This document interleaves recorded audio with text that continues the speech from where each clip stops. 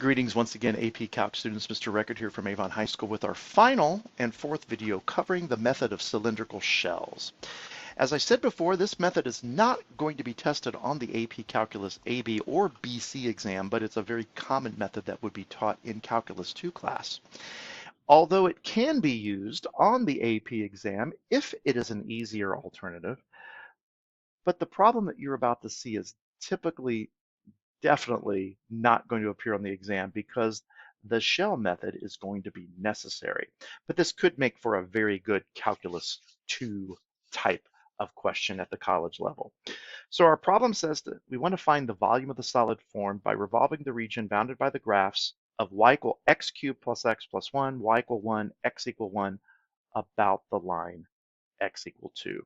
Now I went ahead and I took the liberty here to sketch the graph for you just because it's not a very clear graph. You might want to use technology to do this. And the focus on this problem is not by all means being able to sketch this. I want the students to be able to employ the disk method or the shell method rather and get our correct volume.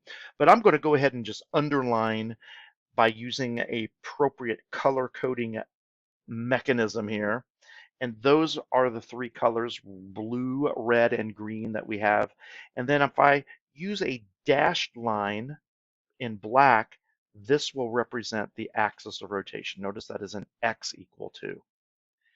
All right, I'm going to go ahead and shade in our bounded region here, which is just this part here. That's the only portion that is indeed bounded by all three of those given graphs equations. So why is it that the disk and washer method won't work? Well, the disk and washer method in this particular problem will fail to work very effectively because when you draw your first representative rectangle, which will emanate from the axis of rotation and go to the far side of the shaded region, we're finding that we're going to have to use a with respect to y setup because that is the thickness of that rectangle. We do not have the means by which to solve for x in terms of y with very easy algebra that we know. And so that kind of takes the whole idea of the washer method off the table, unfortunately. But it's not really unfortunate because if we draw the representative rectangle parallel, right, shell parallel, then we can do this problem with a very nice with respect to x setup. And that's exactly what we're going to go ahead and do. Now, as before, I'm going to go ahead and write down my formula for the setup of the washer method, which is the integration of p of x times h of x, where p is the radius, h is the height of the rectangle along the limits a to b. Now, typical fashion, I like to show the h of x first. That would be the height of this rectangle.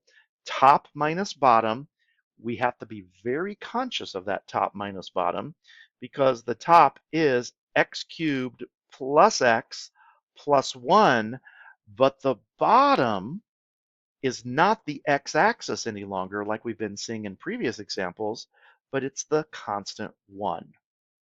Of course, you could cancel those 1s out if you'd like. Okay? Now, we've got to come up with a p of x. And p of x is going to be a little bit more complicated than just using x. Because remember, p of x is the distance between your representative rectangle and the axis of rotation. Remember, this distance, as before, is what we call x, right? This whole distance, it's probably clear that it's 2. So what is left to be this distance? You guessed it, 2 minus x.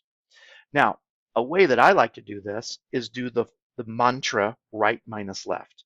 In other words, I will take the right side function or graph. I can't really call this a function, right? So that would be basically 2. And then this representative rectangle is basically x, right? The equation or the expression for his location relative to the y-axis is always just an arbitrary x. So if I take right minus left, boom, I still get the 2 minus x. So it works out really nicely. So let's toss in my 2 minus x here. Definitely going to integrate with respect to x.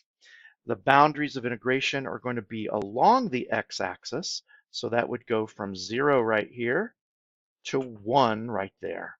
And so we have our two nicest friends. Okay. And you guys, I'm not going to actually finish this integral because I find it to be a little trivial. What you would want to do is definitely cancel those two ones to make your life a little bit easier. And then at this point, you just have a little bit of routine algebra. You would expand this product, right, FOIL, if you will, and then you would just integrate each term by term, plug in 1, plug in 0, subtract, do that fundamental theorem of calculus thing, and you should arrive at the answer.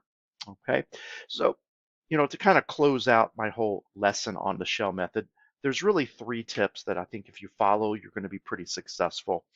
Don't ever underestimate the power of the picture, right? Draw in that representative rectangle. Make sure that it's parallel to the axis of rotation.